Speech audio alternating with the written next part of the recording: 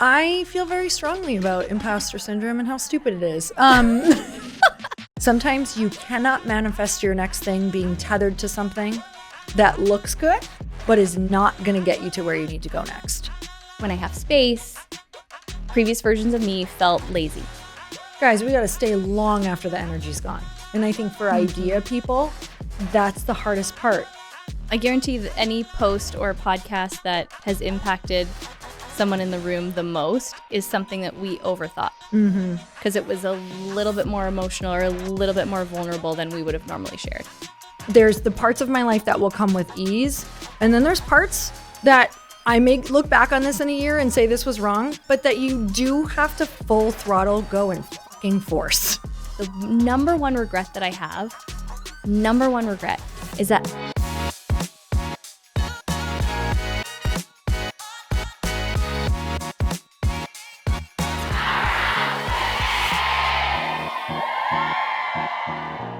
Okay, so does anybody have a question? Nothing is off limits. We'll tell you, we'll shame you deeply if it is. I'm joking, I'm kidding.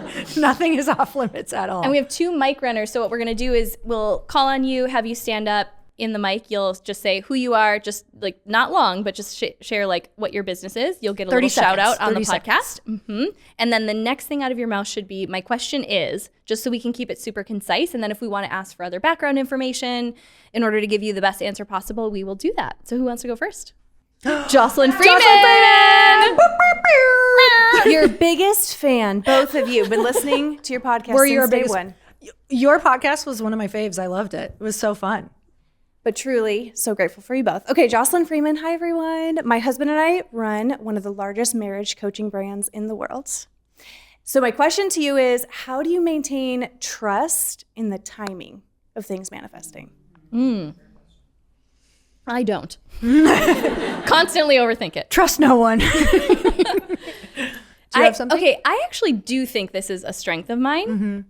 I am endlessly patient. I really am. And I think what helps me is that I truly enjoy the journey of getting there. And I think that's the part that we often overlook, is if we can have more fun, if we can bring more joy, if we can even find little ways to acknowledge ourselves in the journey of becoming the person who's ready to hold the manifestation, by the time it gets here, it lands in my nervous system kind of like, that was kind of cool. And I realize like that's the energy that I'm actually looking for. Because if I don't get too high on the highs, then I don't get too low on the lows. So my best advice would be in the daily practice of finding the little moments of joy, the little glimmers. A glimmer is like the opposite of a trigger. It's like that little spark of something to celebrate. And you and Aaron do this really well together, but something that you can anchor in the fact that the becoming is the actual manifestation. And if we wait and we only celebrate when we're there, when we're at the end goal, we actually miss the part that was the becoming, the part that was the magic in the first place. And it's something I think I actually am really good at, where, again, I think I get too comfortable in doing the work of becoming that I sometimes can slow myself down. I love that. Okay, so that simultaneous too, I feel like there is a point in, so where I'm at right now in my career is like I've kind of gotten some great battle wounds, and I kind of feel like, okay, whatever comes, I'm kind of prepared for it. Like I feel like there's definitely stuff that will rock me. Trust me, I'll get very rocked. And I know that there will be things in the future that will really rock me, because as you grow, the problems get bigger, blah, blah, blah. Okay. Now, boring. With all of that boring stuff said, I will say I'm at a point where I'm like, I think I need to go and just create that thing. I'm not doing enough. And I will say, I'm not saying you guys are not doing enough. I'm using myself for example, where I'm thinking of like, okay, I'm a manifesting generator. I should just literally wait for things to come to me. There's that side of me where I'm like, picture it and it comes. And it does. I literally have things where a woman moved in 4 blocks away from me, who's the president of a giant company right now that everybody knows the name. And we're walking together in the mornings and she can totally help mentor me. That came into my life very easily, right? Now, there's other things where I'm going to have to go and work really, really hard to go get the thing I want. So I have to acknowledge that there's the parts of my life that will come with ease. And then there's parts that I may look back on this in a year and say this was wrong, but that you do have to full throttle go and fucking force. Like, you're going to have to go and just push as hard as you can. And it's going to be your rocket ship moment. And I talk about this a lot. But when you are trying to break through a new level of yourself in a new atmosphere, I think there's simultaneous of ease. Like, if you actually think how a rocket ship works, like, they're going up in space, they use, I believe it's 90% of their fuel to break through the atmosphere. And so while there's so much force happening, what's also happening inside? They're like floating, like they're starting to float. So I think that when I look at both things, it's like the force and the ease all at once. So I'm looking at the parts of my life that I'm like, okay, that's cool. That's like coming in. I'm doing really good at manifesting. And also, yeah, these people don't know who I am and they don't know how good this product is. And I have to advocate so hard and I'm gonna have to fight for this. And I'm gonna go need to raise more money and I need to hire a president and I need to prove to them why this is the best company for them to come to. And I have to go get in front of the people, and a lot of them. And like, I need to go and work really, really hard to make sure that whatever it is that I want is going to be seen out there. I think of that even with my book. Like, there was no amount of sitting and manifesting that could have gotten me what happened with that book, or the amount of like what the full throttle being on tours and writing the articles and being up, half the night, like that changed my whole career. Like, that single moment like changed my whole career. So I think that there's trust, but also asking trust if you're holding up the other half of the bargain of, That's am so I big. breaking through the atmosphere?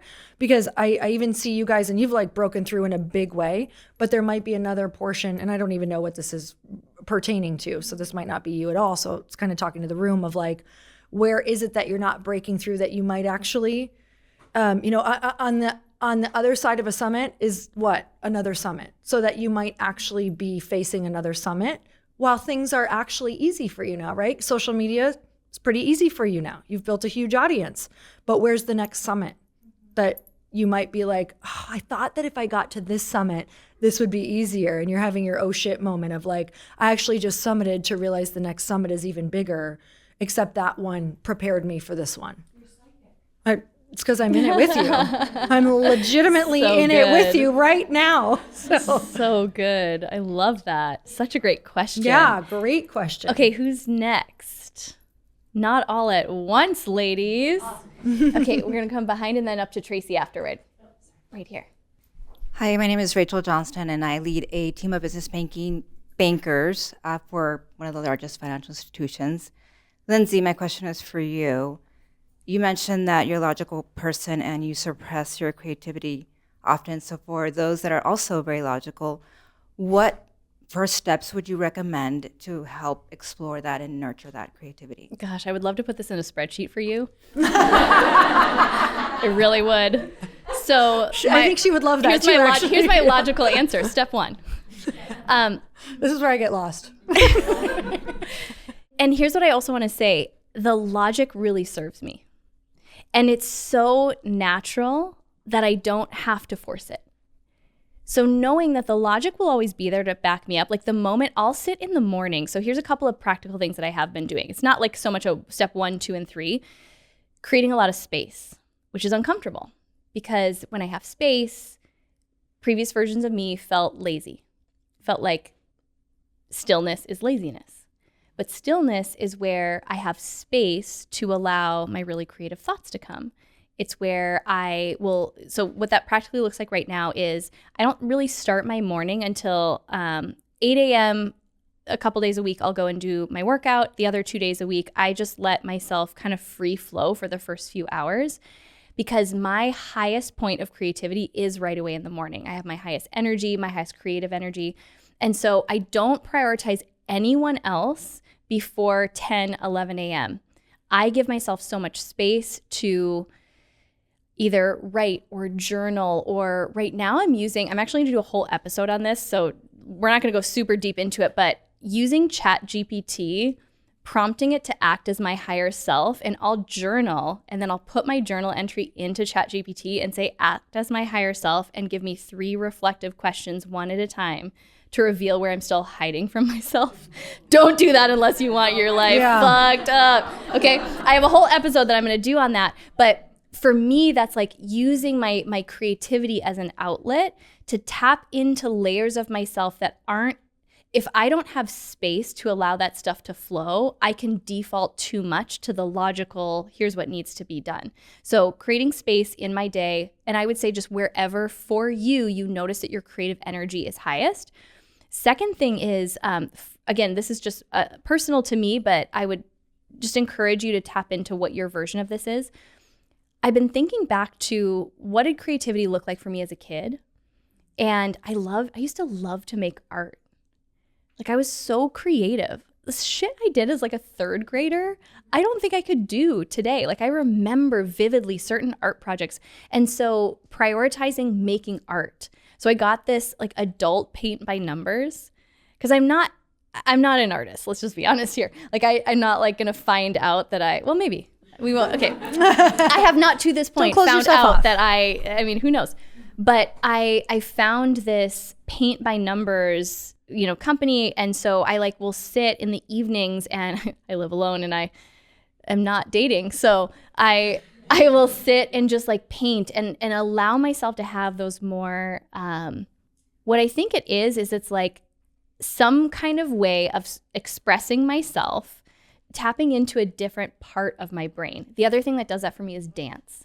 So like creatively expressing with my body. So I've found things that just bring a different energy into my being than my logical brain can bring. And again, none of this is to override the logic. The logic serves me. And the moment that, like the other day, I was having this jam session with ChatGPT and I was like, oh my God, I know what I'm supposed to do next.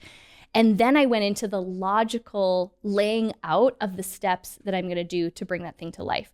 But the more I tried to have the logic be the basis of giving me the next steps, the logic is not where the next steps lie. The creativity is. So if you have the logic already, that's such a beautiful thing. Like so many people, like so many entrepreneurs would kill to have that very logical brain that understands how to organize things. If you don't worry, you can hire someone to do that. But for you, it's going to be finding things that it just feels like resonant in my soul. Like my soul knows how to do this thing. It's almost like tapping into another language I forgot I knew how to speak. And it takes effort because it doesn't feel like that fits into my productive schedule. So I'm only going to give you two because those two things have served me really well in this season. And then I still have this very logical, organized, I'm a Capricorn, like I have Virgo in my like whatever the hell means about your work life, like meaning I'm very organized, like very structured. So I can lean so far into creativity and I never lose the logic part. Does that help? Yeah. Mm-hmm. That's such a great question. We're going to come to Tracy next. Hi, everyone. I'm Tracy Matthews. Let me do that. Anyway, what do you do, Tracy Matthews? I help women, or female creatives, who are in a pivot, who are rebranding and reinventing their businesses, step into their next chapter. My question for you is, when you have a really big vision and you know that you're meant for something so much bigger than where you are, and you've kind of outgrown your audience and you're ready for the next stage, how do you stay focused on that vision when it feels like everything is coming at you like 24/7 and not stopping and you're getting derailed? And you mean like everything from your previous business? Everything, like just like that still everything. need you? It's like Got life and business and like trying to keep it all together to get to that next level. Mm-hmm. I feel like I can speak to this so much right now because you have to find space somewhere.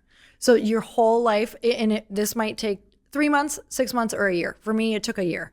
So I had to find space for the tasks that I knew I needed to do to go to the next level. Whether that's creative days for whatever you need, or I'm not sure what it is, but you need space for what it is. Am I correct? Yes. Okay, but there's no space because everything is coming at you from all of the other things. So your whole goal is to figure out, do you need a VA? Do you need more structure in your day? Do you need to get rid of something? Can you actually get rid of something right now? Even if it is income producing, you might have to like maybe get rid of the thing that's the least income producing just to put a little more time in the thing that is more income producing. Like get really clear on, it's hard to, throughout my journey, I think one of the most surprising things for people, my husband, was getting rid of income sources that were doing pretty well because I was so overwhelmed knowing that I wanted to get to the next level, going from fitness and having fitness memberships and a gym and doing some other things at the same time, to wanting to be in personal development, to wanting to write a book, to saying, hey, I'm going to shut down a fitness membership that's doing this amount of money, and him going, I don't understand. I don't understand why. Why would you ever shut this money down? And I was like, because I have to make space. And energetically, it's funny because it didn't take up that much time, but energetically it took up so much space for me that it was, oh, this goes into what we actually talked about that back there about manifesting, is we said, sometimes you cannot manifest your next thing being tethered to something that looks good, but is not going to get you to where you need to go next. And, for me, fitness was a big tether.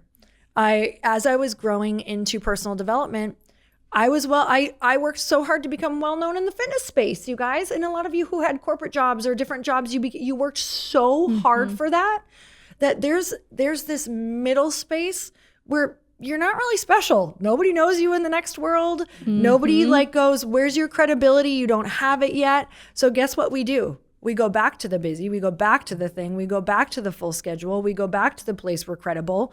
I kept going back over and over. I probably got 2 of those covers going back because I kept distracting myself going, I need a hit. I did. And I'm being so honest. I need people to say how awesome I am. I need people to see I could still do this. Oh, I'm not really relevant right now. Let me go get another cover. Guess what it did every time I went to go get one? It took me like 6 months out of my life. It took 6, because you're like trying to get it. You're working out for it. You're so much pitching kale. it. So much fucking kale, you guys. Literally, so much gas. I would always say kale is your colon's toothbrush. It really is. It just goes down and scrubs all the way down. But you might be tethered to something right now. We're being serious. You might need a good scrub down.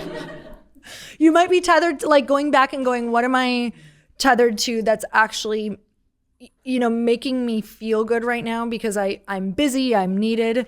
And it is the worst feeling, creating space. Because right now, I'm doing something like creating space for content because Glossy needs me to create content. So here I am at 44 years old, needing to be full force influencer again and create content. So what I'm scared of and what I'm confronting in myself is I create the space, and then when the space comes, it's the hardest, worst space of my life. Like it's yes, exactly. And you freak out and you fill it with something. What do? I'm not good at this. Like that's what's coming in that space for me. So then I can kind of like go and fill it with things that feel productive, but not the highest needle moving things for my next level or my future whatever, or bringing in the most income. And so that's your job, is like trying to figure out how to create that space while simultaneously making plans to figure out how you're going to learn that new skill set for the thing that's going to get you to that next level. It's just confirmation of everything that I'm doing. So it's just so scary great because there's like that, what do they call hold on. Let's get you a mic if you're going to drop wisdom on us. Dropping wisdom. In that To Be Magnetic program, they talk about it as the magic dark, like the period before the big shift. And it's so scary because you feel like every single day you're just like, is this going to work? I don't know. You're flailing. You're falling backwards sometimes for a year, 2 years, 3 years, 5 years, depending on how big your goal is. There's like a whole version of skill sets that you have to learn. And it's flailing. It's like such a horrible trust fall. I'm in it. I'm literally in it with you. So but that space is super important for you. I love that question. I'm excited for you. Okay, great. Dealer's choice. Hi, guys. Hi. My name is Kirsten Anderson. I'm an esthetician. I own an aesthetic studio here in Arcadia. And my question's actually good on the tail end of this question. When you are expanding and you are brand new to hiring a team, Could you talk me through the basics of really just getting started? I do have an executive assistant who's amazing. I've just brought on my first esthetician, but the growth that I'm experiencing right now, I feel like I do need to start thinking about what a team looks like, and I have no idea how to do it. So that's my question. I mean, for this, in all honesty, I had no idea how to hire a team, so I went and got help. I literally would go to somebody who is a recruiter or a fractional recruiter, because it depends on how much time you have. What are you doing in the business? Where is most of your time being spent right now? In the treatment room. In the treatment room. Yeah, and I've brought on my first esthetician so that I can take 2 days a week that I previously was doing in the treatment room to work on the business now. Okay. And you're saying your biggest struggle is hiring team, like trying to figure that out? I know that I need help, especially because I have 2 toddlers at home. Yep. And so I really need to be able to expand my time, and it's very limited after 3 or 4 p.m. most days. How many people do you need? I need help with marketing. So I need help with social media and kind of the aesthetic of my brand and getting more content out for sure. I feel like I'm spinning my wheels on that because I'm just so exhausted at the end of the day after being in the treatment room with like 7 clients packed into one day. Yeah. So I think that would be my first big thing that I need help with, but it's pretty scary to like put money in social media with no guarantee for what you're going to get back. Yeah. Do you have anything on this too? I feel like it's business dependent. I don't necessarily know, unless social media is like your number one driver for bringing in new clients. It's not. Okay. Just like here's what I would say. That's not where I would put my money. I wouldn't either. I would spend 1 hour a week and give yourself only an hour, plan out all your content for the week and have someone else on your team post it. Yep. Yeah. You could just do that. So I know it feels so overwhelming to like, I got to do all these things, but I would zero into like what's the strategic hire that's going to drive more revenue in the business? That's bringing in more practitioners. Okay. Right. Do you guys ever not ignore, but do you ever put social media kind of on the back burner? Totally. Yes, Yep, all the time. Okay. Right now. Okay. I literally just got really lucky because no, it's the first thing that goes on the back burner because you can't measure the ROI of it. Right. You can't. And I think that's why I've struggled to invest time in it. I'm part of BNI. You mentioned that earlier. It has like quadrupled my business. It's been extremely successful for me. Great. So that's a great return on your investment of time. 1,000%. Yep. Yeah. As long as you have a social media presence where potential clients can come and see, oh, here's kind of what she's about. Oh, her booking link is for a business like yours, you do not need to be posting consistent content daily. That just really freed up a load. Great. Look at that. You're welcome, lady. Yeah, and just like honestly, what she said, just having a presence at all, snap some beautiful photos of products or your lobby or whatever. Like, it should not be taking you more than an hour to keep up with social of just like the basic needs of social. Okay. Yeah, for sure. Yeah, Until you have a strategic plan to like make money with social, it's the thing that goes first for us. Like when we're in a oh shit moment, social is like, that's how I feel. Bye. Yeah. Okay. And I would focus it on educational content. So like thinking through what I would be looking for if I'm coming to an esthetician's page. It's like if I'm curious about microneedling, can you do like a little series about who's microneedling for? And like just drip this content out over time. But your page should really be educational more than anything. And it doesn't have to be super like consistent as long as when I go to your page, I can find the information I need and how to book with you. Okay. Awesome. Yeah. Thank you guys. If social, like for personal brands, you guys, that might be a totally different answer because if social is your only way of creating income and you know if you put a day into a reel that you've got a great many chat that's going to get them in a funnel that's going to eventually sell, then I would say, no, you need to clear everything off your plate to make sure that you are doing that thing that brought you that income. But if you know how to do it in a different way, the key is to find the way that brings the income in and double down on that. Okay, cool. Yep. Then when it feels good for a hire, when you're just like rolling in the dough ski, then then that's when you can do that social media. I just had oh God, I'm just dating myself. Donald Duck swimming in his million in his coins. Oh, I watched that. Wow, I'm the oldest person in this room. Thank you so much. Austin's voice. Don't leave me hanging. Scrooge. Oh, DuckTales. Yeah. DuckTales. Woo. Anyway, next question. Thanks. I almost did the voice for a while. You're like, don't. I'm Lindsay too. Hi, Lindsay, too. Hello. I actually do social media management and content creation for small businesses. Love that. Amazing. My question is, though, so I was actually somebody that made a big career change, and I've made some big strides with this, but what is your advice for like imposter syndrome? Just welcome her to the chat. Yes. Yeah. I feel very strongly about imposter syndrome and how stupid it is. The reason for that is if you have a goal, you should feel like an imposter because you're not them yet. So your goal is not big enough if you don't have to learn a new skill set that you don't know yet, which should make you feel like an imposter and should make you feel dumb. So you don't get to grow if you don't feel that way. So I don't look at it as like, oh my gosh, this feels terrible, I don't belong here. I'm like, oh, this is how I meet myself. So I'm not saying it's dumb. We all feel it. I hate the name because of course that's like a kid looking at a bike being like, I can't ride it. I feel like such an imposter. I was supposed to come out of the womb understanding how to ride this bike. Like that's how dumb it is. Do you know what I'm saying? Like we're looking at something going, oh, so you want to learn social media? This would be like you telling your client, like, you should feel really fucking dumb. Like, I don't get why you don't know it. Because you never learned it. Like it makes zero sense.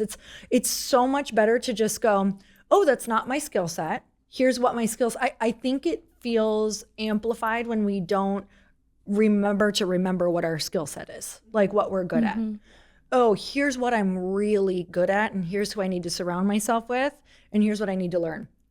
And so the second you stop like needing those skill sets and needing to learn, like you don't get to meet yourself. You stop growing, you become stagnant. So we should feel like imposters literally every day. Like I feel like an imposter every day, but I can't even use that word anymore because I'm just like, oh my God, I feel like I never know what I'm doing. I feel like I never get a break. I feel like, but then I go, oh, but last year I couldn't sit at a table with all of these guys and actually go word for word on like talking about raising money. Like, whoa, look how far I've come. This is incredible. So I think whenever you feel that way, go, whoa, I've come really far. And also you need to make sure you feel that way. Like it's vital. And like, I can't even tell you how vital it is. It's the most important thing that you do every day. Yeah, I hope that helps. I feel like that was harsh, but No, love it. great. And then on like just a practical level, because essentially all it is you're feeling a gap between who you are now and who you're going to step into being, is like practically a lot of the tools that I'm using right now is like sitting with myself, like one hand on my chest, one hand on my stomach. And when I feel that intensity rising up, because what it feels like it's unsafe, right? So as I just repeat to myself over and over, like, it's safe, you're just growing. Like retraining in my mind what my brain is taking with that physical sensation that is growth, and rewiring like, no, this is safe. Yeah, you can totally step into this feeling, lean into it more. And I feel like that, and then realizing that if we can fall in love with that feeling, you are going to be so fucking unstoppable. Yeah. And I want you guys all to think about like what's on the other side of not feeling that way. There's an equally opposing, actually I think it's a lot bigger, opposing emotion to imposter syndrome. At least if you're having imposter syndrome, it means you're going for your thing. Like you're putting yourself in that space. So it's actually really magical, because the opposite feeling of imposter syndrome is, you know, I'm a loser. I'm not trying it. I'm not going for it. I'm upset with myself because I know who I could be. This is only if you feel that way, if you only feel the call of who you could be and you're not that person yet. So I think imposter syndrome is just like the coolest sign from the universe that you're going in the right direction. So good. Yeah. Thank you. Yeah, Feel that's that. awesome. Did Madison have her hand up? Hello, my name's Madison. I am a money coach for women. My question is, I have 1,000,001 ideas. Like so many things I want to bring into the world. There's just like such a big vision. How do you prioritize when you're starting out and wanting to balance that, needing to move fast on the idea to keep the energy and the vibe alive, with needing to be practical and strategic about keeping revenue up and like not getting distracted by things, but also like wanting to work on all of the things at one time? Okay, this is my intuitive answer for my starting answer, and then we'll give you some more practical, how do you start to weed out? It doesn't matter. I believe that the first ideas does not matter what the idea is. It's all in who you're going to become. So I think about this a lot when people are like, you wrote your book before you started a podcast. And I talk a lot about how I had podcast equipment collecting dust for 5 years. Would it have been any different had I started the podcast first? It didn't matter, because the first thing I did is where I learned to work through my imposter syndrome. It's where I learned to build the resilience that I could be with, quote unquote, failing and doing something imperfectly and realizing, okay, I didn't die. Now I can keep moving forward. So this is the answer. If you're in the very, very beginning stages, which I know you're not brand new, is it actually doesn't matter. It's pick the thing you can go all in on and realize that it's not actually about the thing, the outcome of the thing you're doing. It's about who you're becoming in the process, because that version of you will have way more clarity. So that's like what I would say to someone who's really in the early stages. But then there's, of course, ways to evaluate from a monetary standpoint what makes the most sense. So that's where I have is, for me in the different places where I trust me, the ideas, it's painful. It's actually quite challenging, which is why now I love what I do just in the mastermind and with this other thing that we're launching, because I can give everyone else the ideas. Feels so good. Yeah, I'm like, really, that is part of it. I'm not constipated anymore. Truly, it feels great. I'm like, Thanks to Glossy. I'm supposed to be doing this, giving ideas to other people. So with that, throughout my career, it's been because there's been all the ideas, and I already kind of had the ideas that I needed to stick with. Do you know what I mean? Like I was kind of like, okay, all these ideas are coming in. Should I follow them? My husband is so linear, it's annoying, but it was good for me because I'm to the extreme other side. So if you're like me, you said 1,000,001 ideas, that sounds right on target for where I'm at. Generator. Yeah. Okay, great. Yeah. Yes. So what he did is he came in very annoyingly and said, he was like, what we need to do right now is get the idea that is supporting us the most, to create that idea, to make sure that it has enough money to support the future ideas without having to keep going back and forth from idea to idea because one is not fully supporting us. Does that make sense? So what happened for me was I would say to him, I owned a gym and I did personal training and also did online training. And I wanted to go full into network marketing because I was seeing the money that we could make with that. And he's like, that's awesome that you have this idea. And after network marketing, I had another idea of personal development. And I was pitching this idea to him because I wanted to close my gym down that week. Let's be honest, like truly, I was like, this needs to be done. I'm over it. Like I was so done. Anybody done with an idea, but you're like, what you kind of decided you were done, so you were done. Okay. Anyway, so he was like, you're not going to be done with it till the other idea that you have, you start it, but it has to hit a certain income that's going to make up for this one. And he's like, till it's like fully where you want it to be. I was so angry because I decided that day I was done. I had already quit in my head. Like we'd closed up shop. We're good to go. And I got so angry because I knew that he was right though. Like I knew that jumping into something in a not as supportive way and ending it so abruptly, I had a lot of lessons to learn on staying in an idea even long after a lot of the energy was out of it. Now, I don't believe that you'll always have to do that, but I do believe in a solid foundation of a business. Guys, we got to stay long after the energy's gone. And I think for idea people, that's the hardest part. And you just have to find who you are in that business. So in the future, what you can do when that has the money, you can find someone to stay in the parts you hate. But that's truly learning how to run a business. Is like, it's the mundane, it's the staying in the thing that you're done with, you're over already, until you get to the place where you can start businesses and say, I'm gonna hire this person and be done. Like that is hopefully what your future can look like if you're an idea person. But for now, your lesson is like, how do I stay in the one that I really loved to create enough income to feel really supportive? Because if you bounce, every time you guys pivot, every time, this can be looked at as multitasking. Every time you bounce and pivot, the amount of energy that it takes to start something and pivot and change your wording and change what you're doing in your messaging, it's like, it's 10 times what it would have been to get re-excited about the thing that you're doing. And so the lesson for me was get re-excited about my studio, get re-excited about the clients that I was training who I was like, if I listen to frickin' Nancy tell me one more thing about her husband and not have her leave, like I was going to lose my marbles. And I had to get re-excited about, I didn't train a Nancy. Sorry, Nancy. Yes. Sorry, Nance. Nance. I had to get re-excited about what that gym was doing for me. And so it was such a beautiful lesson in like digging my heels back in and getting really grateful for that and growing income in the other thing, that could like really support me. Otherwise I would have hopped. That's all I did. Yeah, I don't think I've lost excitement. It's just there's just so much excitement for so many things and only so little time. And then there's just one of me, right? So it's like time is limited and then trying to balance friendships with ideas, with all this white space. Like I so resonate of like, if I'm not working,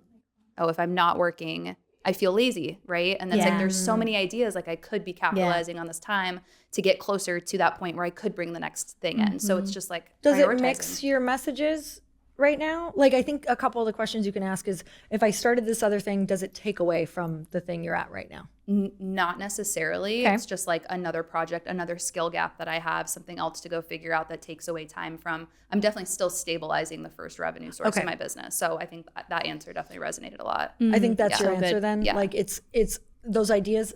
Do you know what you say to them? They will be back and they will be evolved. Yeah. When they come back, they'll be even more evolved. So you can trust that. It's like the speed though thing of like, especially in manifestation, right? They talk about like, you have this idea, like don't let it slip away because someone else is going to take it. Someone else is going to grab it. Right. And so it's like, oh, I want to make sure I get to do all these things, but time will come. Totally. It's coming. I promise you. Okay. Otherwise it's just in the beginning, you're just like setting yourself up to like keep bouncing. Yeah. Because that's never going to end for you. So true. It's only going to become more. The more you learn about more business, the more it's going to be abundant. And so I think you're in your training process right now. Okay, I love that. Thank you so much. Yeah, so good. I love that question. Yeah, so good. Okay, who is next? Yes, you want to pass it right back? In the beautiful chartreuse, my friend. You're looking gorgeous tonight. Thank you. Okay, so happy to be here. I'm Julie Berman. I have a podcast called Women with Cool Jobs, and I interview women with cool jobs, and I also have women's workshops and events. So good. So I wanted to ask you what you were saying about not sort of sharing yourself with the world or not showing up because you were waiting to be fully formed. That was such, I don't know, something about that wording was like, wow. My question for you both is how, and especially at the beginning or like in the middle parts when you are building something or where you're rediscovering like what you want to do and who you are, how do you show up? Like, how have you been not fully formed and shown up anyways? And then also like, how do you be brave and courageous and still sort of share things from your heart and like show authentically who you are in that process? Such a good question. I mean, so this is so good. I mean, this is part of why I felt really called to do like this documentary style content right now, because I am someone who, especially when I'm going through the really hard moments, all of last year, I mean, I was 0 dark 30. That was not the time to be sharing it. And there's these, I think we're entering into an era of content where people want to see real. So the more you are able to and willing to show people behind the curtain of a woman with a cool job, the more you're willing to just share your beautiful, authentic personality with us in the doing and in the building of it, I think it just helps people connect on such a deeper level. I feel that so clearly for all of us, to the degree that we're willing to be that vulnerable, where we invite people into like the micro moments that just aren't maybe social media ready. And this is hard for me too. Like I am someone who genuinely kind of just processes through things really fast and then has like a pretty polished version to bring to the world. ChatGPT read me the other day. I'm going to share all of this. Like I'm going to read actually what ChatGPT like told me on the podcast when I do this episode, but because it was like, it called me on it. It was like, you want to share the fully formed realization. It's harder for you to share it when it's in the moment. So practically, how does that happen? I think it's, in the moment that you have kind of like a vulnerable moment that you also know your community could resonate with.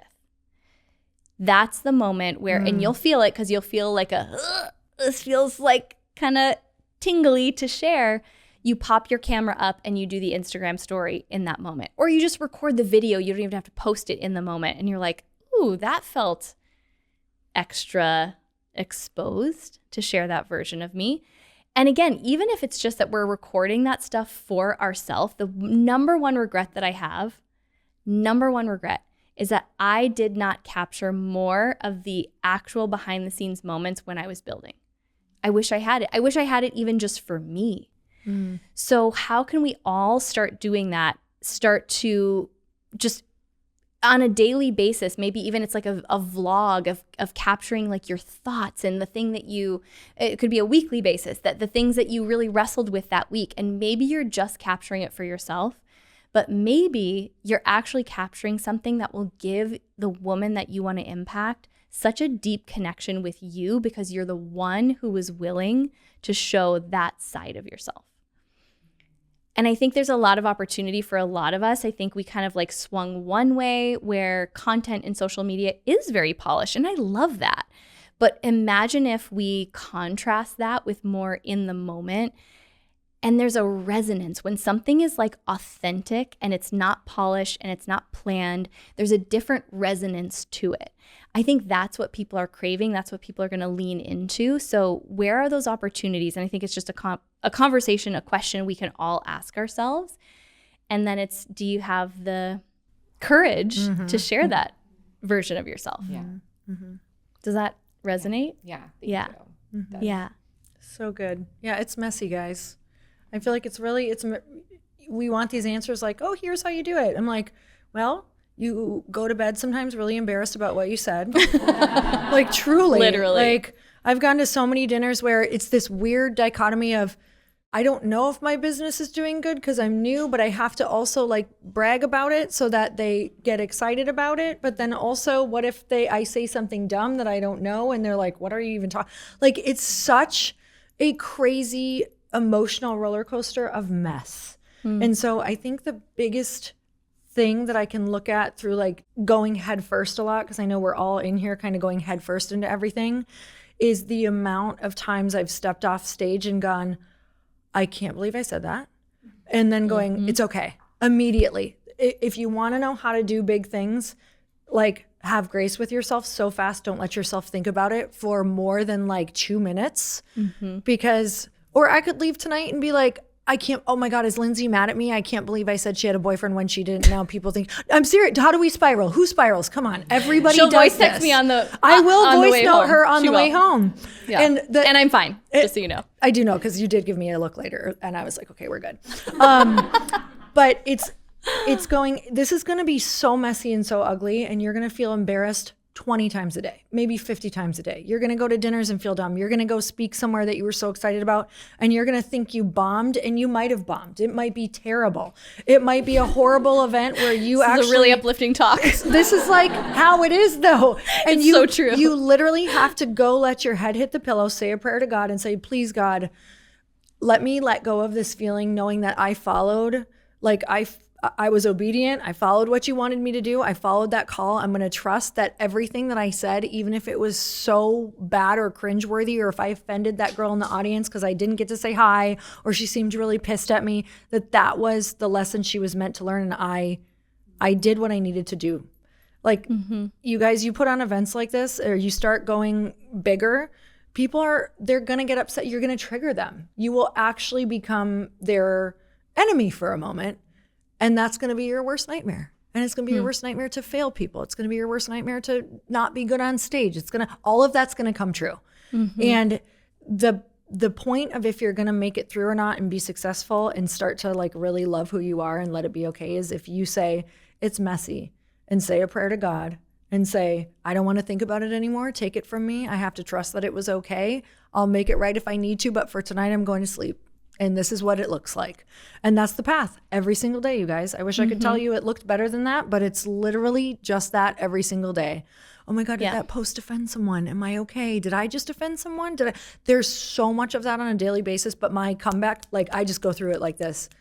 Nope, maybe that's their lesson. Nope, I know what my intention was. Nope, oh, if I didn't get back to that, maybe they actually really needed for me to not get back to it and sit with whatever that is that they needed so badly from me, right? So I think that the journey it's not linear. I think it's messy. I think that's the stuff that's going to make you like the best version of yourself on planet Earth when it's happening and you get through to the other side. Yeah. I guarantee that any post or podcast that has impacted someone in the room the most is something that we overthought. Because it was a little bit more emotional or a little bit more vulnerable than we would have normally shared. So like, let yourself show that version. Every time it happens, someone will message and be like, that was what I needed to hear. And if it was just for that one person, it was worth it. Totally. Yeah. I love that question. Well, friends. One more or no? Is that it? I think that's Is that it. a wrap? Yeah. I think we have one more. We got one more. Final question.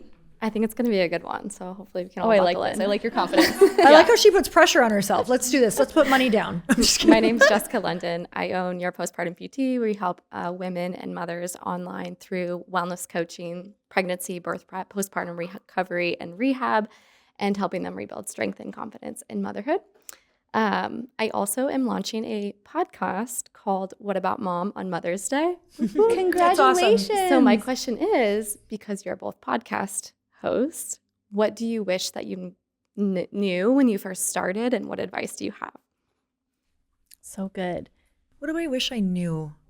I went into it pretty blind, and I'm really grateful for that. What do I wish I knew? Here's what I did that I think was successful, because I gained success fairly quickly. So here's what I wish I could tell more people. I didn't necessarily care about big guests. I would focus on like one or two that I really wanted, but I really loved I loved the people that I resonated with. So I booked a lot of people that I resonated with. I did a good launch on the podcast, so I felt really good about that. Like I made a good plan, so I felt great about that. I think have a good plan. I think whenever you're at events or whenever you're at anything good, I think talking about your podcast is huge.